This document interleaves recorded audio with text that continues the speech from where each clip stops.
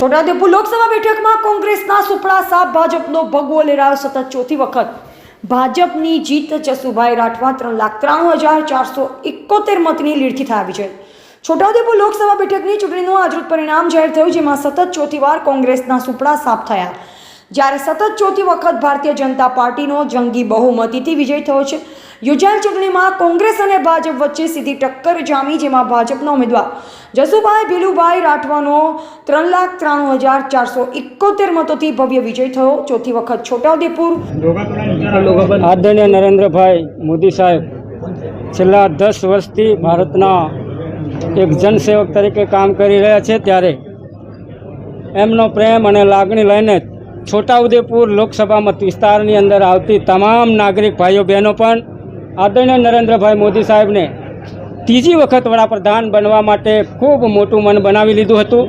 અને આનું આજે પરિણામ જોવા મળી રહ્યું છે। ત્યારે આજના તબક્કે આદરણીય નરેન્દ્રભાઈ મોદી સાહેબના કરેલા કામો અને મારા ભારતીય જનતા પાર્ટીના મત વિસ્તારમાં આવતા છોટાઉદેપુર લોકસભા મત વિસ્તારમાં આવતા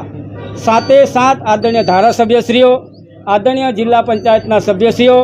આદરણીય તાલુકા પંચાયતના સભ્યશ્રીઓ અને મારા સરપંચશ્રીઓ અને ભારતીય જનતા પાર્ટીના પ્રદેશના હોદ્દેદારો, જિલ્લાના હોદ્દેદારો અને મંડળના હોદ્દેદારો અને ભારતીય જનતા પાર્ટીના બૂથના પ્રમુખ, પેજના પ્રમુખ અને પેજ કમિટીના સભ્યો, આ તમામની મહેનતથી આજે આ છોટાઉદેપુર લોકસભાનું કમળ સૌ સાથે મળીને